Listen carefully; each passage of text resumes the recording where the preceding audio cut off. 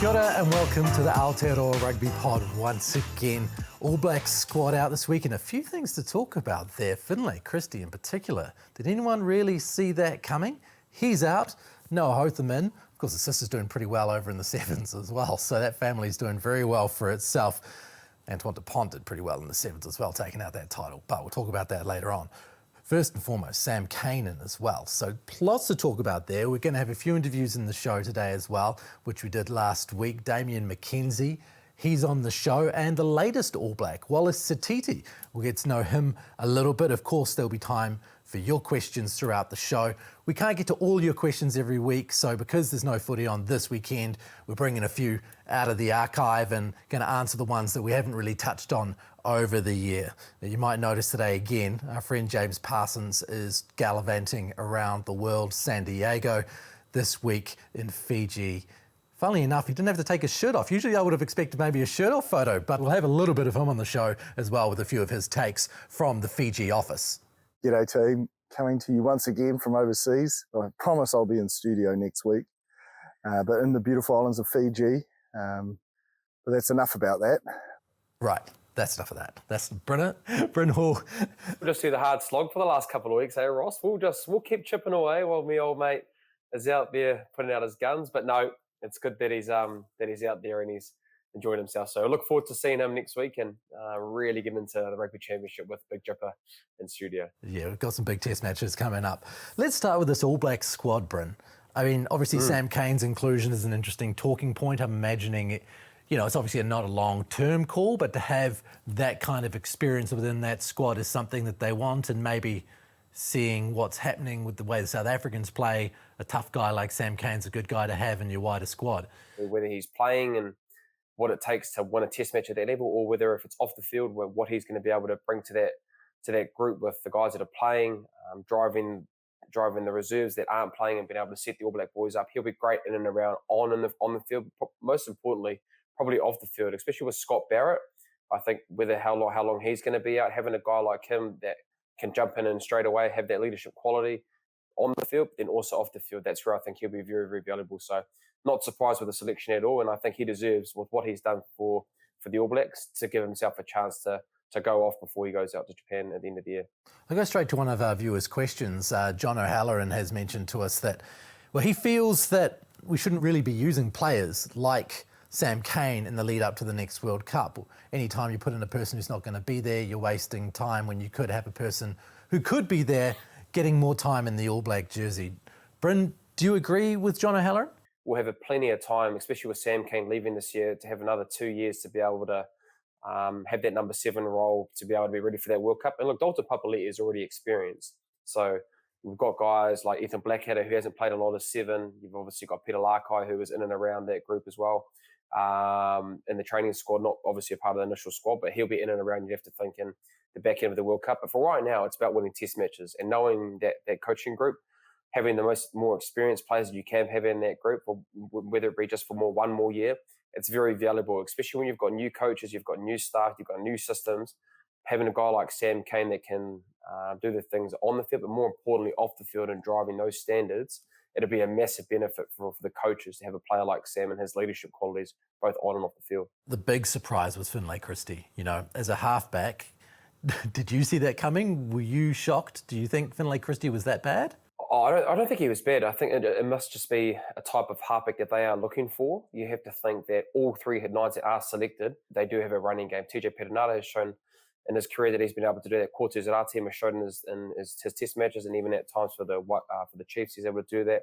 And Noah Hotham has that same skill set. So you'd have to think that the coaches have seen a certain style that they want, and that's not to say that Finlay can't do that. But I think with the strengths of the running game, and I guess that's what I'm feeling, that you've got to be able to be a threat around that ruck. And those 3 players probably do it a little bit more better than Finlay. But we also have to understand with Finlay is that he was out for a long period of time. He was out for like 8 weeks. He had a groin issue. And I know as a halfback, it's really hard to be able to get into those low positions, being able to get off the mark, being able to pass nice and fluid, and I guess not being pain-free.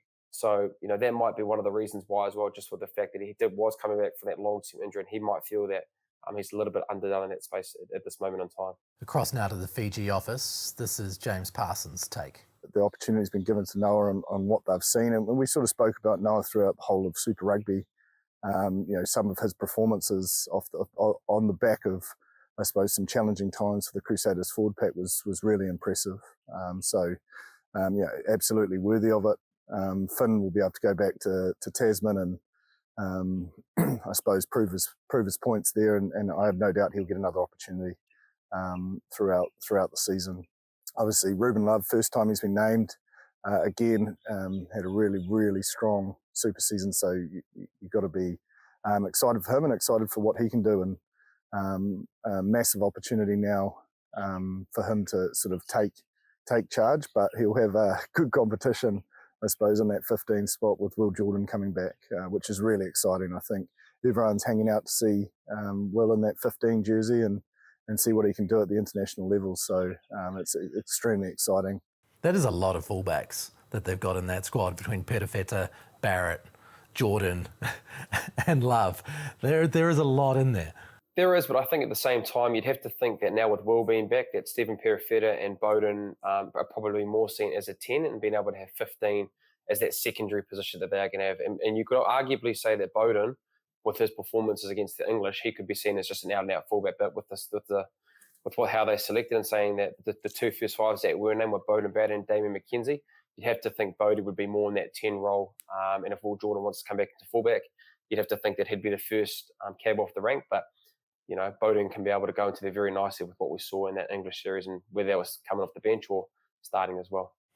Now, a person who has played a lot of fullback at international level and at Super Rugby level, but is now a 10 for the All Blacks and the starting 10 for the All Blacks is Damian McKenzie. Last week, while Jipper was in town for a couple of days, we caught up with Damian McKenzie. We talked to him about his switch into 10 for the All Blacks. But first and foremost, him and Jip wanted to chat some golf because they'd both played a fair bit of that in San Diego.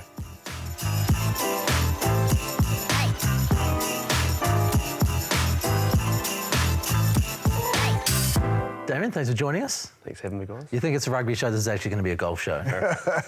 Because Jipper played Torrey Pines last week. And, so did Damian. Damian played Torrey Pines last week. He played a lot better than I did. Yeah. Not that much better. Could you see on the day that you were playing? Yeah, I could. We had no excuse, to be honest. Yeah. Jipper, by the sounds of it, had a bit of I definitely won't use it as an excuse because I just was dreadful. Allegedly scored a 95, but he couldn't see any of the balls, so he's probably hitting someone else's. It wasn't much better. A few 15-metre mulligans. It was the greens that killed me. Yeah, they're tough. It is. It's so tough to read. Yeah. Yeah. You must have a long list of good golf courses to your resume now. Yeah, we've been very lucky with the courses we've played over the past years. Sort of, Bodie's been our man who sort of sets up our itinerary, and we're the ones that just get told where to go and meet. So, yeah, he quarterbacks it all the time, Bodie. All the time. He's a master in terms of organising everything for us, and yeah, we've been very fortunate with some of the courses we've played over the last few years. Best one? Probably have to say Congressional, which was in Washington. Yeah. Played 2 or 3 years ago. It was amazing just to set up the course, and then played a couple of Ryder Cup courses. Played Marcus Simone a year or so before they had the Ryder Cup. And so Best score?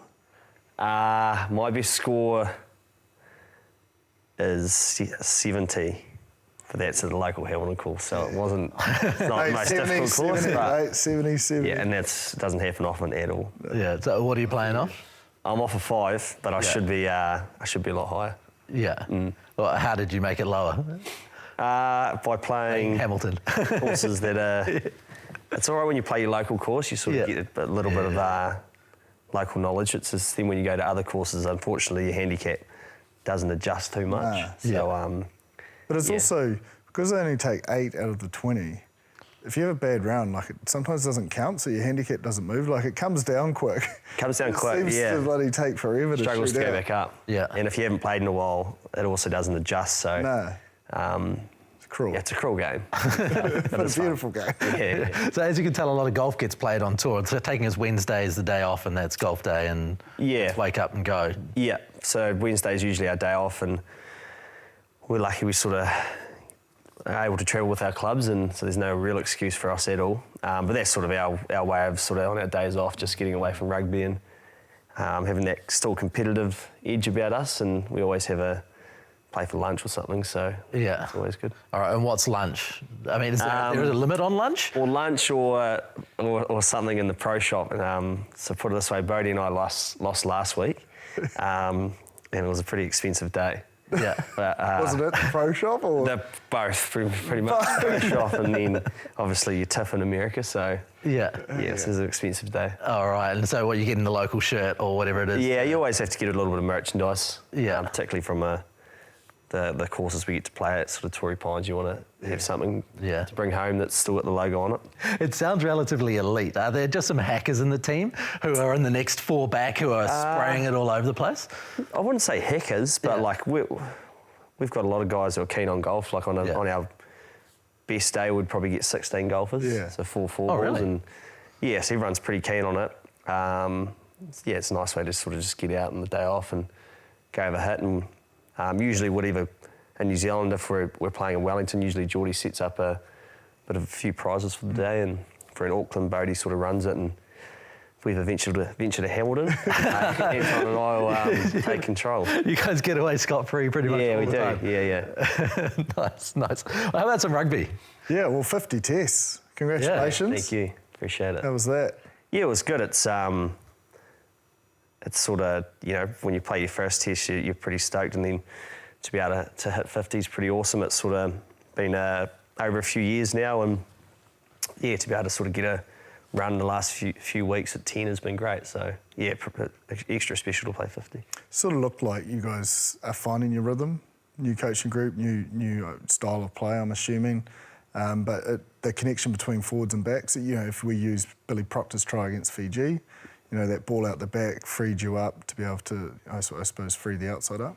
Yeah, I think so. We're sort of just everyone's, with the new coaches coming in and a few new players, and everyone's sort of just getting used to how everyone's playing. And I think, throughout the 3 games we had, it's sort of, we gelled pretty well. And I guess, making sure that the style of rugby we're playing sort of suits both the backs and forwards. We try and like to shift the ball a bit. And I guess the later we get into the year, nights are a little bit colder, the ball's a little bit wetter. So I guess just finding that balance between playing that up-tempo rugby and then when we need to slow things down. We always try to talk on here about that, and just to jump off the back of that point, is how utilising the boot can be attacking. And is there a layman's way of explaining that better than Bryn and I? Oh, you guys probably explain it pretty well, but I guess, I think you'd use your kicking game to an advantage. It's difficult to be able to take the high ball, and it's something that's utilised a lot, particularly in the Northern Hemisphere and here a little bit in New Zealand. So I guess you've got to use that to your advantage, and, particularly for the big boys, they want to see the ball in front of them. So as boring as it can be, sometimes it's a great way to put teams under pressure through an aerial kicking game, making it easier for your forwards putting the ball in front of them so they're not having to run back all the time. And I've been a person who's probably put our forwards under pressure a little bit running when it's probably not on, so it's sort of just getting used to being able to making the job as easy as possible for you big boys. And do you run to a strict strategy on that, or are you at test level still playing quite eyes-up footy? Yeah, I think we're always encouraged to play eyes-up rugby and just be instinctive and sort of play the picture that's in front of us. We've got a little bit of a plan in place on making sure around our kicking we're winning the halfway area and putting the ball in front of our forwards. But we're also, like I said, encouraged to, if there's space on, no one will ever get the blame for attacking what they see. So, and I think that's something with the new coaching staff and with the players is something we always drive around. You're in the team for a reason, so back your instincts and everyone will get in behind you. Now, I know it's very popular, the smile and the kicking routine, but is that a sports-like process, or is it just something you enjoy doing? It puts the right frame of mind. It was a bit of a sports psych stuff. Sort of when I first started playing professionally, sort of had a man like David Galbraith down at the Chiefs who my kicking wasn't going too bad. He sort of thought, what do you find the most with kicking? Like, what's the hardest? I said, it's obviously a lot of pressure. And he said, why don't you try smiling before a kick? Trying to help yourself relax and just embrace the moment. So, yeah, I've sort of been something I've always done from now on. It's got me in a little bit of trouble 3 weeks ago. But yeah, it's sort of something I've always had as a bit of a process with my kicking. Do you do it before you hit a golf ball? No. Not a lot of smiling on the golf course. Oh, really? I'm chopping it a fair bit, so... Yeah. Fair enough. I presume trouble is just opposition fans, is it? Giving you grief, or what? Yeah, it's... No, I think you're talking about the timed out. Oh, timed out. Oh, sorry, you're talking about the timeout, yeah. Timeout, yeah. That was... The money shot was up for too long. Oh, it wasn't ideal, so... But yeah, I guess wherever you travel away, it's... Yeah, it's not... I do love it, though. After that happened, it's like, oh, yeah, we'll chuck a shot clock up now. Yeah. Like, geez, I could have done with that. Yeah, I could have done with that a couple of weeks ago, so it's definitely helped. Yeah. Do you count to any degree? Like, do you just kind of know the time? I mean, I know you get a cue, but... Yeah, it's something they've obviously put a little bit more emphasis on, is the shot clock around the kicking. So it's been, it's something I've never really had too much of an issue with. But I don't really count in my head how long I've been kicking. I've got my process, which 9 times out of 10 is under the allowed time. And yeah, I guess it was nice to have a shot clock, because then you got a bit more of an idea. I kind of look at it as a basketball player. If they didn't have a shot clock, it's kind of guessing a bit. Not to have a crack at the ref and not to give you excuses, because I know you're not looking for that, but I always hear Ben O'Keefe go 60 seconds, 30 seconds. Did that happen or no? There was, I heard something the ref said, but not clearly. And then sort of I was about to walk into my kick process and then sort of blow up. So yeah, I'm like, I don't point the finger or blame anyone else but myself. It's sort of, I don't think my process was any longer than the previous kicks, but I guess he's just ruling on what he believes is the time, so I was just fortunate enough it didn't come back to haunt me. How did they go for you at club night? No, in terms of punishment? Yeah. No, I got away scotch-free, actually. Oh, really? Luckily, yeah. I think, it was just a mishap. The codehead in me looks at the schedule and goes, geez, this is exciting. You know, tough start, success against England, success against Fiji, but Argentina at home, Springboks, and then the end of your tour, a couple of big teams. You're in the 10 jersey. It must be sort of, so exciting for you to have that opportunity to take that challenge on. Yeah, for sure. It's obviously some big tests coming up. Like I said, was fortunate enough to start at 10 for the first 3 tests. So hopefully that's something I want to be able to drive throughout the rest of the campaign, throughout the rest of the year. And we've got some tough tests against Argentina and then Australia, and then no more hostile place to play than over in South Africa against them. So that'll be a great challenge as a team. And then obviously you walk into an end-of-year tour, which is some pretty fierce matchups there. So yeah, I've just been excited for the start of the season so far, and hopefully that can continue. Awesome. Damian, thank you very much for your time. Appreciate it. Next time we'll talk probably more rugby. Let's go. More golf. More golf. Here we go. He's a pretty cool customer, old Damian McKenzie. Bryn, it seems like all of the major first fives that I've met along the way, whether it's Dan Carter or Bowden Barrett or Richie Mwonga or Damian McKenzie, all of them are pretty relaxed individuals. Like, I wouldn't call them intense, Is that something that you just got to be? It's like a personality type for a quality number 10?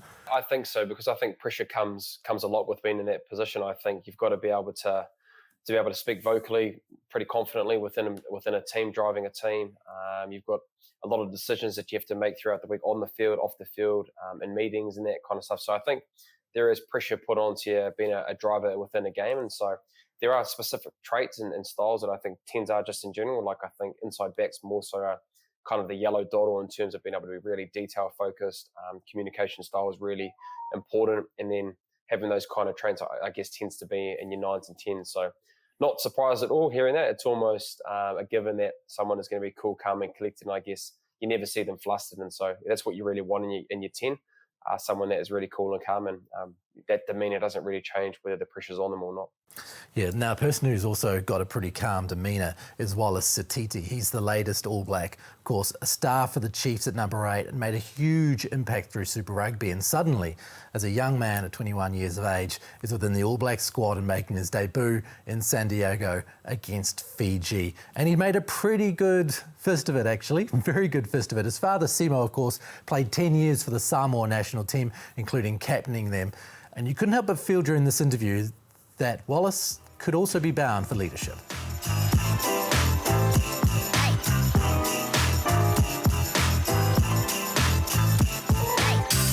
Okay, pleased to welcome onto Aotearoa Rugby Pod the latest All Black, Wallace Sititi. Congratulations. Thank you very much. How's the buzz? Oh, still a bit overwhelmed, still a bit shocked, but still buzzing. San Diego was a good time. Your family went up and got to see it? Yeah, it was really good weather. Sort of nice weather just to chill out and I guess get away from stuff as well. But yeah, having my parents there as well was special. So. Yeah. They give you a bit of a call before and they say, better tell your parents to catch some flights. You know, Nah, you don't call them up on Tuesday and go, look, I've been selected on the plane. I actually found out when the team got named and then sort of we went straight into training and then had to call them straight away and get them on a flight or try and get them out there. Yeah. I'm sure your dad had a few pieces of advice for you heading into your first test match. Did you talk much about it with him and about his experiences and how he approached it? Oh, definitely. We talk about it a lot.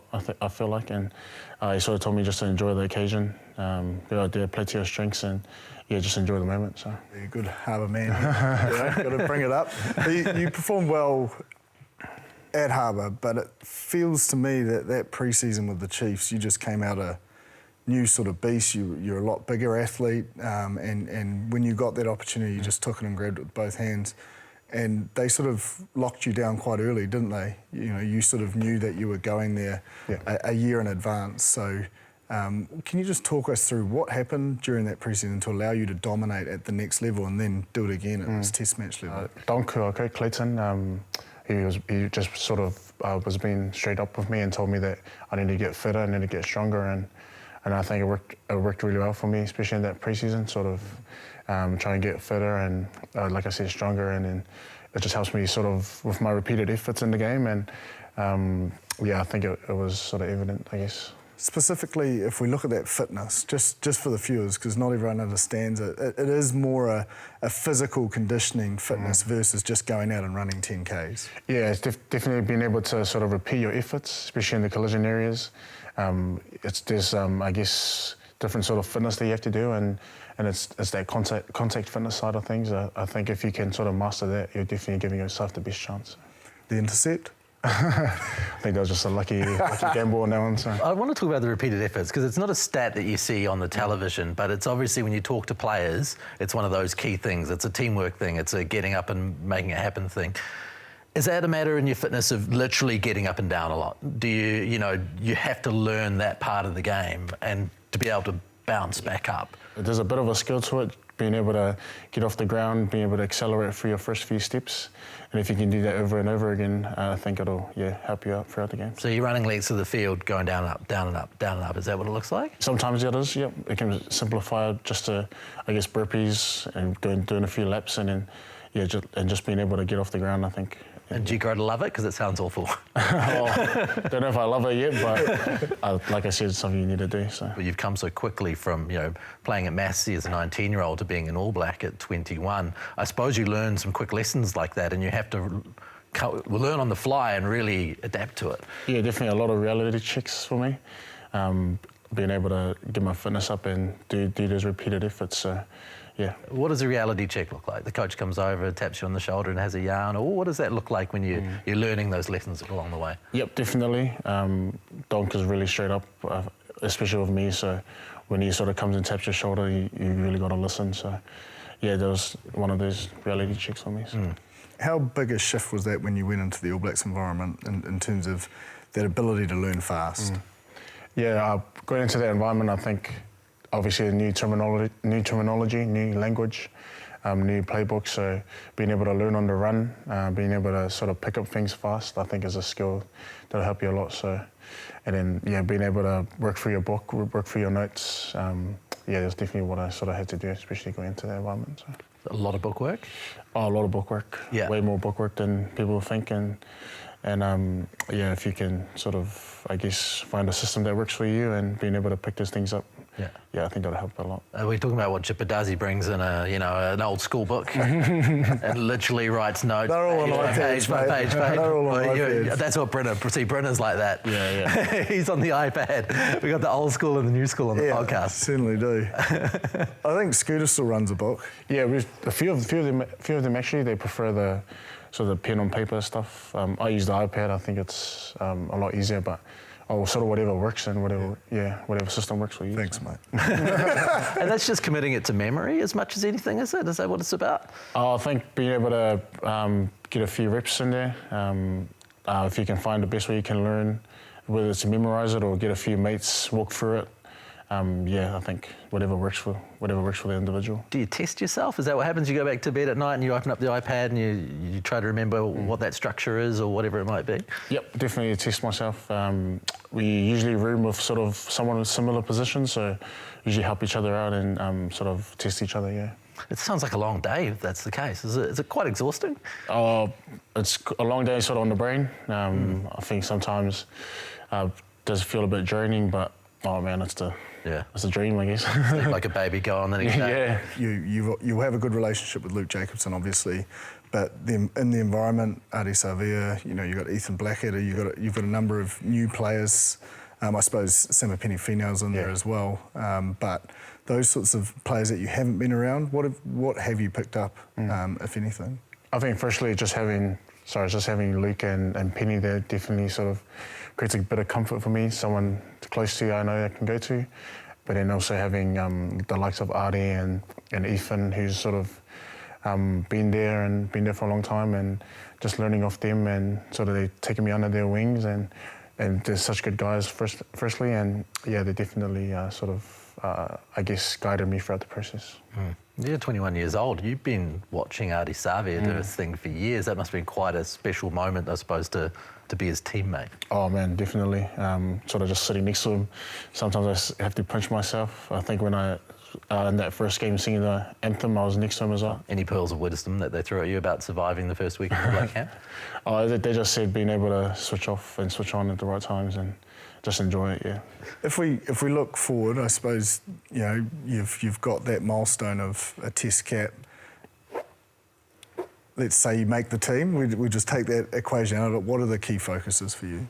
My dad always tells me that the easy part was making the team. The hard part is staying in the team. So that's where my focus has gone to, and being able to learn and being able to get better every day, being able to keep rubbing shoulders with the best, and just being able to put my best foot forward. So that's my focus, is really just thriving in this environment now. So. You mentioned leadership. It is worth noting, like throughout all the age grade stuff, you were captain. You captain obviously Blues under 20s. It is a natural skill set you have. I know you probably won't want me saying that, but is that something that you will look to, I suppose, learn from those current leaders so that you can sort of grow into that space at NPC, super level, and then hopefully at the All Blacks?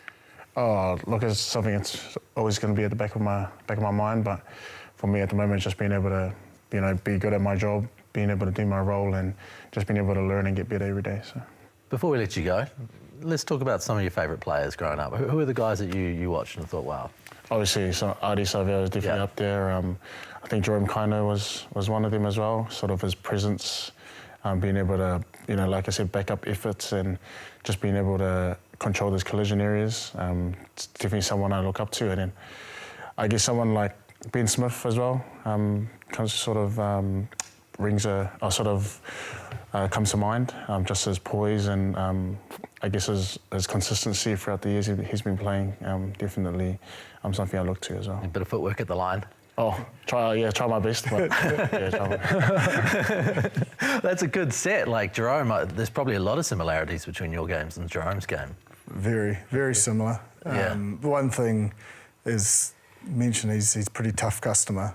I'll never forget when he had a compound fracture in his hand, and he played on for about 5 or 6 minutes making tackles and all sorts for the Blues on Eden Park. So I certainly can see why a lot of young men I suppose, are drawn to him because he does have that presence and he has that ability to dominate. And I think the other aspect of it, and similar to my mate here to my right, is when he crosses the white line, you know, he's happy to sort of grow others and have that conversation and I suppose just be a human being versus, I suppose, the gladiator that he is when he goes on the other side of that white line. Yeah. When you walked into North Harbour, did you immediately feel the love? Chipper loves all North Harbour people. Oh, yeah, definitely. Yeah. Definitely. Yeah, you started your family. Yeah. We're not letting you go now. That's the problem with being an All Black, mate. You hear that, Adrian Donald? You can't let him go. Well, thank you very much. We appreciate your time, Wallace. Thank you very much. Thanks for having me. An impressive guy, also a North Harbour player, which made Jipper very happy. Bryn, of course, you probably won't see much of him this season, maybe, because he'll be in the All Black squad within your Harbour squad. But what have you heard about him? A very humble man, great leadership qualities, and has a kind of aura around him about when working hard. And so, you know, hearing Razor, especially when selecting Wallace, is that he's good on both sides of the ball. And so, from all accounts, he actually put on a bit of size during the off-season and has actually been able to carry that really, really well. Sometimes when you put on weight, your speed or being able to get around the park, you're not able to do that. But from all accounts, he was able to do that with flying colours. And so what I really like about him, he works hard off the ball. And I think at an international level, you've got to be able to do that. It's not just one side of the ball, whether it's your attacking ability or defensively. If you can do it both sides, you've got pretty good ingredients to have a pretty good international career. And from all accounts, I think that's the direction that Wallace will be going in if he continues to keep going how he's going. Sounds like it's a pretty good work ethic, so the coaches will like that quite a lot. Now, as we promised, we'll get to some of your questions. We can't answer every question every week, so we do keep them in a little bank of questions for another time if the right topic comes up, or as we have this week, no international footy this weekend. So please send your questions to Aotearoa Rugby Pod at sky.co.nz. Of course, the best question each week will get a Gilbert ball courtesy of our friends at Players Sports, gets sent out to you and you can enjoy that ball. Plenty of questions to get through this week.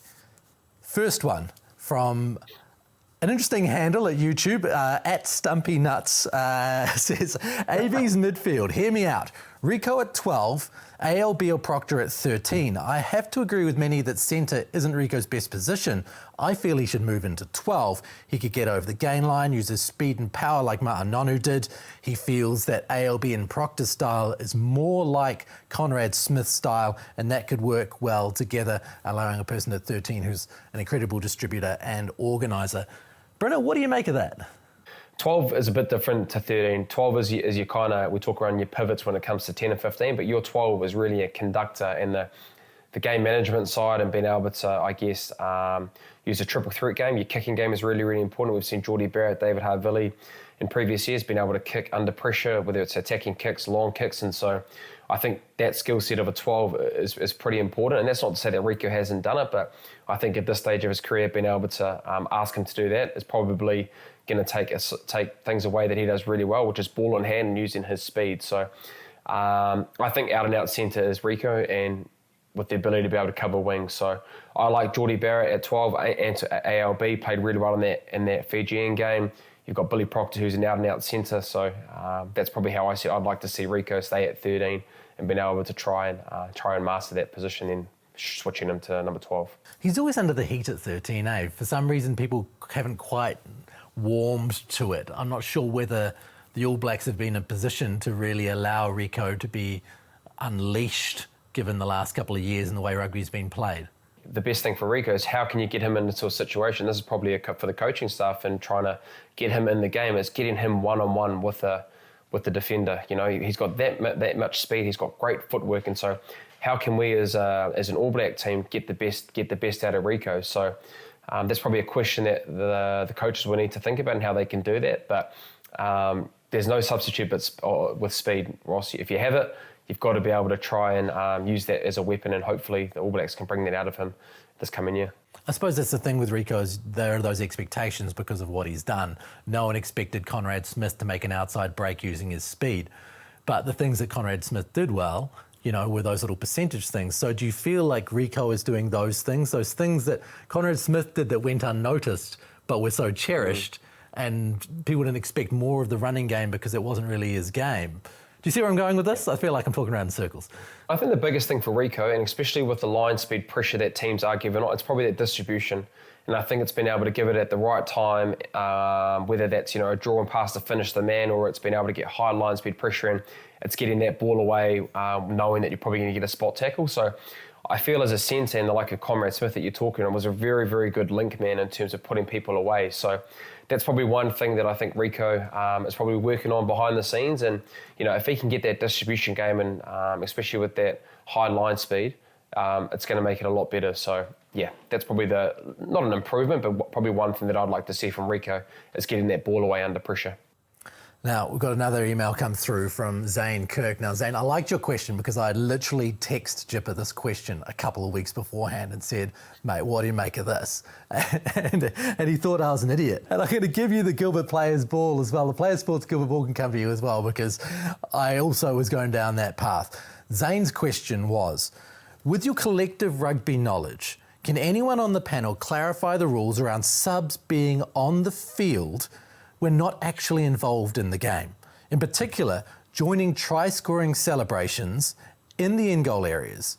Wouldn't this technically mean that a team has more than 15 players on the field? That's what I was thinking when I was watching this game a few weeks ago. I thought exactly that. So to start with, before I get the guys to talk about it, I text a well-known referee to get some answers on what the rules actually were and how this worked. And the reply was, normally there are designated areas in the end goals for teams to warm up. So, that means that they're allowed to be on the field of play to some degree, and there's no technical reason to punish them. However, a ref can send them off if they are close to or interfering with the field of play.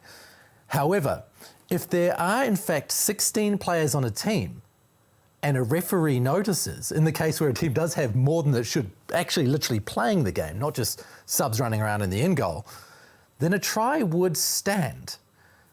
There would, however, be a penalty awarded and the player would be sent off the field of play. That's really interesting. So when it's noticed that an extra person is on the field, that is when a penalty would come up. But if it's not noticed until after a try is scored, the try would stand. Brenna, that blew my mind first and foremost, that element. And this particular referee said, I hope I never encounter that in a game. So wait, let me get that straight. So if a try is scored, if there's 16 players on the field, for whatever reason, there's 16 players on the field, it doesn't get noticed, it gets scored, and then they figure it out from that, there were 16 people on the field, that try has to stand. Is that what you're saying? It has to stand. It can a penalty be awarded at the time that it's noticed and the player will be sent from the field of play. So it's up to the opposition captain to really keep their eye on the ball. Oh, there's no way you're going to be able to do that. So if they score that try and they've picked that up that it's been 16 players have been on, but they've scored the try, does the team then get a penalty for that offence of them having 16 players? Yes, I'm presuming you go back to halfway and it's a penalty to you at halfway, and the try's already been awarded. I'll tell you what, I'd take the try. 16 players on the field, take the try as it stands, and then just worry about the penalty after, if that's what you could do. Well, that's it. That is exactly what you would do. The try would stand, and then the penalty would come afterwards. It could be in the opposite way, where the defending team has 16 people on the field, and you could say, well, we scored the try, plus we've noticed that, so now we can kick a penalty as the team that scored the try. So it's crazy. Ross, I think we've opened up something for Russie. So Russie, if you're watching us, mate, you probably could have 16 players on the field and taking away a penalty, having a penalty after that. So maybe we've opened up some doors here, Ross. But that's crazy. I didn't even know that. That is crazy. But maybe to go into this, the reserves, because there are a lot of times when reserves are on the backfield and you see them jumping on players. I really, really like that. So I've got no problem being able to, if someone scores a try and they're actually then on the field post the try. So is that one that you were talking about? Is that the gist of it? That's right. That's the gist of it. So the players coming on and celebrating even though they're not. I personally am in the same book as Zane Kirk. I saw that and thought, I don't really like that. I think that sort of blurs the rules. You should have a field of play with 30 players and a referee and occasionally an AR and, some medics coming on and off. But to me, I was like, oh, that doesn't sit well with me. I asked my father-in-law, he absolutely hated the idea of the people being on. Jipper was like Bryn, super excited about the idea of having people jump on all over you if you score a try. I'm quite passionate about this because I like the idea of the reserves being able to celebrate when a try is scored if they're warming up in the try line and getting. I think it's part of the entertainment factor. You love the joy. I think it definitely adds to the spectacle. But I understand there is a ruling where that's not allowed to happen unless it's I suppose the player's dead. To me, in my head, whether this is right or wrong, Ben O'Keefe, I'm sure he'll correct me. But why wouldn't it be dead play once a try has been scored? I suppose the only time it's in question is if it goes to the TMO, but I think once the ball's dotted down, you're going to be assessing it, you're going to be awarding a try or assessing it. So to me, that's dead play, and I think players should be able to celebrate with their teammates. I just love it. I just think it's such a cool moment to see the joy that teammates have for each other, and I suppose the passion they have for their side to win. The next question comes from Sam O'Grady via email. Remember, you can email us at aotearoarugbypod@sky.co.nz. He's talking a little bit about New Zealand catching up with where South Africa is as far as being able to utilise a 6-2 bench split and what that means, what you have to do to be able to do that safely. He says, one issue with the 6-2 bench split is it's risky if you have multiple backs needing to come off. We think we saw that with the Blues earlier in the year, didn't we? Given you always need to carry 9 cover, you're left with one back to cover 10 to 15. If 6-2 is the way of going, do we need to be developing 9s that can play other positions like Piri Wepu used to, or have outside backs like Shane Williams with Wales, who had the option of covering 9? Or would you take a loose forward like Ben Earls, who could play possibly in the backs? And if we do need to develop these kinds of players in New Zealand, do we start at the NPC? Do you say Folau Fakatava at the Magpies has to learn how to play 10 at that level in order to have some time in the saddle? Or do you put Peter Lakai at 12 in those games for Wellington? Now, Jipper's got a pretty strong take on this. I don't see the midfield as a great option for loose forwards. I know when we've been in the Blues with the kid Ioane, he's slipped onto the wing. He's trained at the wing. We've prepared him to be able to cover positions in the backs when we've gone with a 6-2 split. So the thinking's definitely there, and the 6-2 is, I think, going to become more common than not, especially when we're playing sides like the Springboks and the English or the Irish or the French, that you're going to need to set that dominance up front. Don't laugh, Bryn. Yes, it is one up front. But yeah, I think the idea of, I suppose, trialling this a little bit more at NPC level is a worthy one, but also understanding from my experience when I've been in teams with great athletes that it has already been considered what positions can be covered in the back line if you fall short. Now, Brenna, you've played with Kwaka Smith, obviously, who has kind of that role within the Springboks, right, where he's got to be able to cover different positions. What's he said to you about it? He knew that with his ability in the sevens, he was able to cover wing if they were, in a 7-1 or a 6-2 split, with the ability to be able to cover the wing. And it wasn't just with him being able to cover wing. I think Cheslin Colby as well was able to do some time in training to be able to cover 9 if Fuff ended up getting injured and they didn't have a halfback on the bench. You look at Grant Williams, who can cover that winger role. But I tend to agree that you probably loose forwards.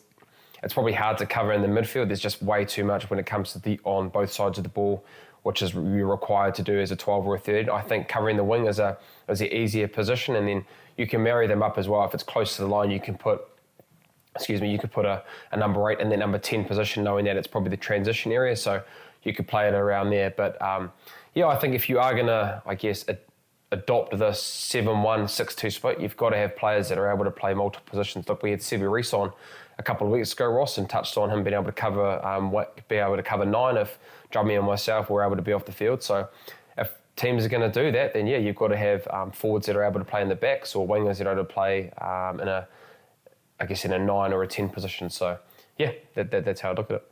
And then you have to kind of say to the winger, either you got to practice box kicking, or semi-practice your box kicks, or you're just going to kick him more off 10. Yeah, you just kick more off 10. So I think if, worst case scenario, if it got to a position where Sevu was coming into the number 9 position and we were heavily, box kick dominated team with both 9s on, you don't want your winger to be able to then go and do box kicks and not be able to execute the kick. So you'd be able to kick off 10, or you'd maybe do a quick shift to be able to get it to your 12 that can kick if it's a kicking 12, or again, you've got a 15 that can be able to kick the ball really, really long. So you'd be able to change it pretty easily in terms of the cattle that you have when it comes to be able to kick off multiple positions in that back line.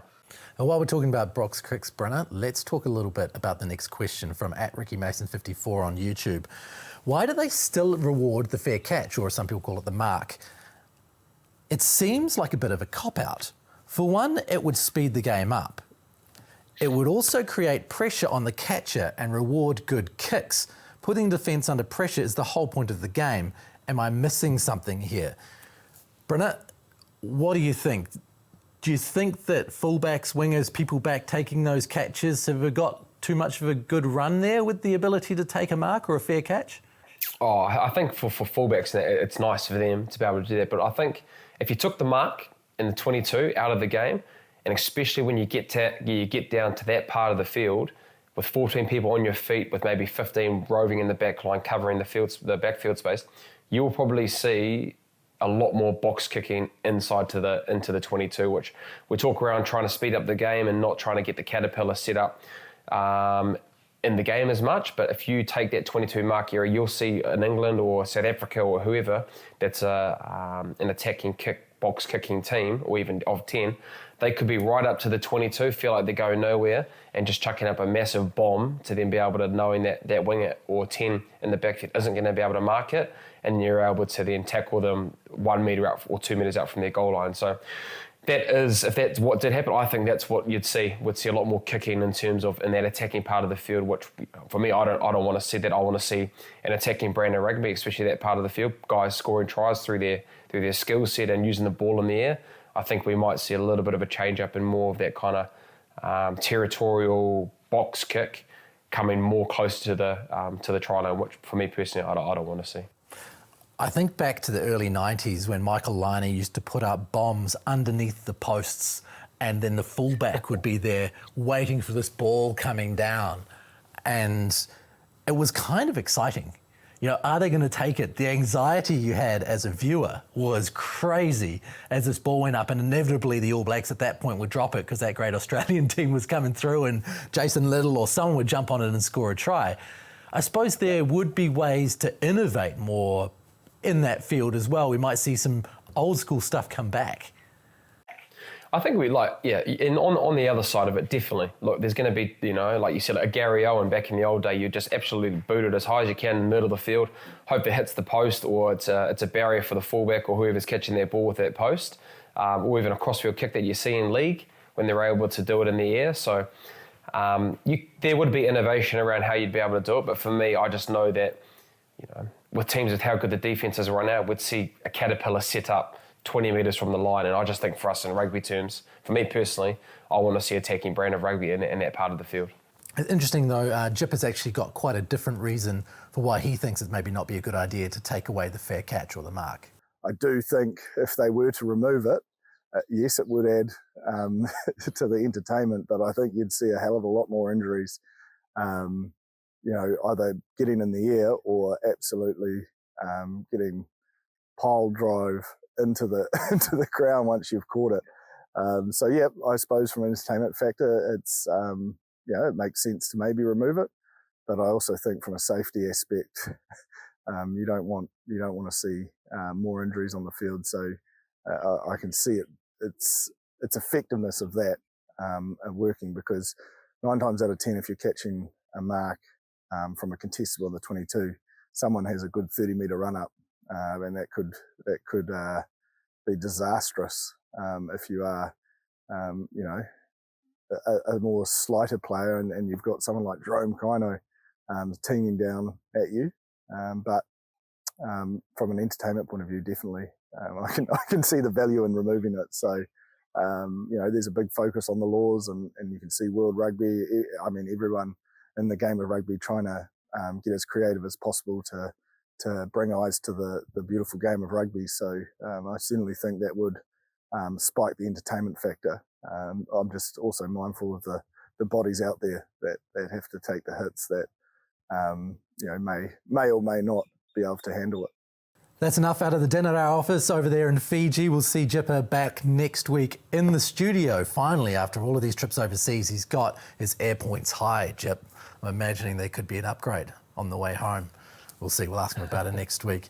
Now, speaking of upgrades, the French rugby team, or the French Sevens team, got a serious upgrade this year with Antoine Pont coming in. You know, incredible performance, dominance in the final of the Olympic Sevens, and he really put on a clinic for a guy who hasn't played much Sevens, obviously arguably the best rugby player in the world, goes in there and does his thing, Brynner. Quite remarkable the way he just switched over and ran that show. Mate, I'm just running out of words to be able to describe this guy. Like, I'll probably say now, I think he's going to go down as probably the greatest rugby player. I genuinely think that. I think the way that he influences game, like you tell me, man, it's not that like Ross, he's just going there and he's just participating. Like he's just there to be able to win gold. He's gone out there, and the reason why the French won that was based around Antoine Pont. Do you know what I mean? So the way that he was able to influence that final, the semi-final, big moments in those games, he was the reason why that French team won. So like, just running out of superlatives to be able to describe this guy. So like, I'm not surprised at all, but I know how hard it would have been going from 15s, playing for Toulouse, playing in top 14, playing in playing in European Championship, then going to be able to play in the Paris and win a gold medal. He's a freak, and I think for me, being a halfback and watching him what he's doing, it's unbelievable. And every time that I watch the guy, it's an experience. It's an experience that every time that he gets on the field. Now, over the years, we've had plenty of New Zealanders. In fact, in the Commonwealth Games, it seemed to be a thing where people like Jonah and Joel Evanderi, etc., would go in. Ben Smith did it. We saw Sonny Bill Williams and the Ioanes have a crack at doing that. But it's not happening now, Brynner, within the current setup. 15s players are 15s players and 7s players are 7s players. But seeing Dupont there and seeing that happen, it did make you wonder, is there a New Zealander who could step in and make that big a difference out of the All Blacks in that Sevens team? I don't know if they'd have the same impact as what Dupont does, because I think with his skill set, he can run, pass, kick. So that's a triple threat in terms of being able to attack with ball in hand. And even defensively around the ruck, he's great around being able to get a jackal ball, and he's very, very fit. So I don't know if there would be the equivalent in the All Blacks right now. But I think some guys that I would like to see, I'd love to see, probably not in the All Blacks right now, but a Folau Fakatava with the way that he plays, his skill set, his footwork, his ability to be able to pass.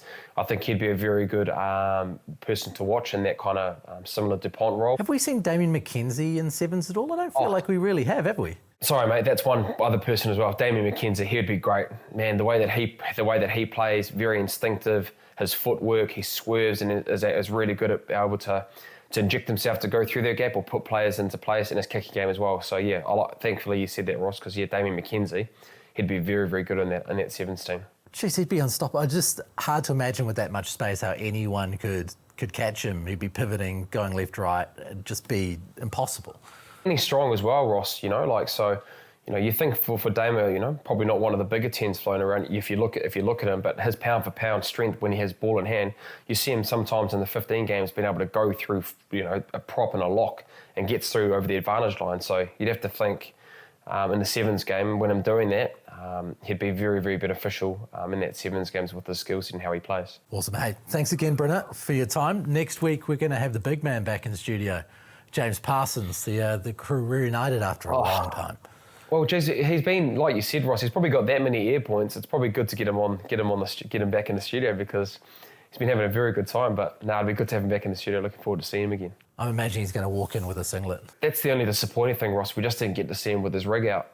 He's pretty good around our WhatsApp, being able to get his body out quite a bit. So hopefully there might be a picture floating around that he can send to us, and all the viewers can see how ripped he is at his age post rugby. Cheers, Brynner. Jipper, give the people what they want. That's what they want, Jipper. That's what they want. Okay. Be good to have you in next week again. And thank you very much once again for joining us on the Aotearoa Rugby Pod. Send us an email, aotearoarugbypod@sky.co.nz, or send us a comment in the comments section on YouTube. Next week, we'll have All Blacks starting fullback Stephen Petafeta on the show. He's got an interesting journey. Started as a schoolboy superstar. He was playing first-class rugby while he was a schoolboy, but it wasn't easy. At 27 years of age, this year had his first start for the All Blacks at fullback. So we talk a bit about that journey and all the things he had to overcome to get there over that period of time. Almost 10 years from being a first-class player to being a starting All Black. So he was very good. Catch him next week on the Aotearoa Rugby Pod. Thank you to everyone who helps us put the show together. Thank you for watching. Of course, you can catch the show on all Sky platforms and as well on Rugby Passes platforms. So we'll catch you next week. Mā te wā.